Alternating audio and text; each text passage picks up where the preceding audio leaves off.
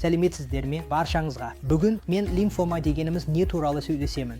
Қанда үш негізгі жасуша түрі бар. Қызыл қан жасушалары, ақ қан жасушалары және тромбоциттер.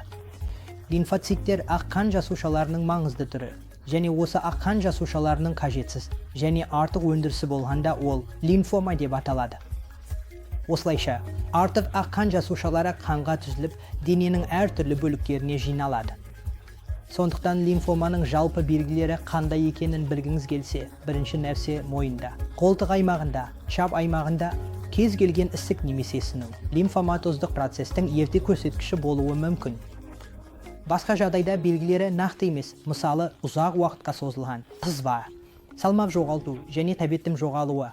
Лимфоманың нақты себептері болмаса да, ол көбінесе генетикалық мутацияға байланысты. Бұл тұқым қуалайтын ауру емес және бұл отбасыларда кездеседі деп күдіктенуге ешқандай себеп жоқ. Лимфомаларды емдеуде мақсатты терапиялар мен иммунотерапиялар түрінде көптеген жетістіктер болды.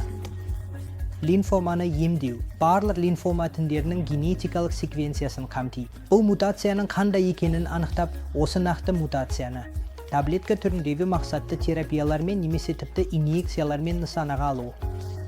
Иммунотерапиялар лимфома нәтижелерін төңкеріп, CAR жасуша терапиясы арқылы дененің иммундық жүйесін қайта бағдарламалауға, қатерлі ісік жасушаларын тануға және қалыпты жасушаларға тиіспеуге көмектеседі.